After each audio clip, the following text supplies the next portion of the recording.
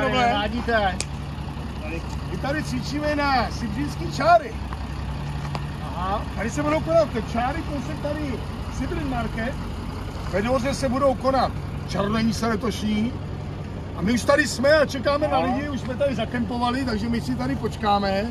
Máme nabízlý busty tamhle. Máme oheň tamhle, nevadí to, že to tady takhle hoří. To vás střílákol, asi ten oheň, ne? Asi ten kous, no. Tak to se přidáme. No tak já, my s tím počítáme, že vás oslovíme. Jsme nečekali. Jsme nečekali. Jde jenom o to, že budou letos čáry.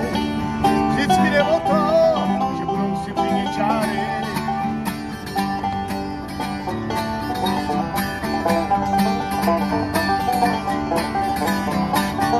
Jde jenom o to, že budou Sibřině čáry. Vždycky jde o to, že budou Sibřině čáry.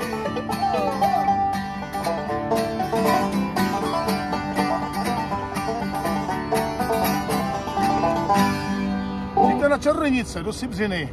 Polkrci po 20 letech hrajou Sibřině, tak se přijďte podívat a budeme se na vás těšit. A vykopávat budeme kolem mezi 7 a 8 hodinou, podle toho, jaký bude počasí, jak dobře bude hořet fatra, nebo vatra. Můžou nám kluci ze Sibřiny, hasiči, skvělí kluci, tak doufám, To budou jistit. ty to budou jistit. Tak doufám, že za náma přijedete, budeme se na vás těšit. Mějte se krásně. Vždycky jde o to, že budou Sibřině čáry. Jde jenom o to, že budou Sibřině čáry.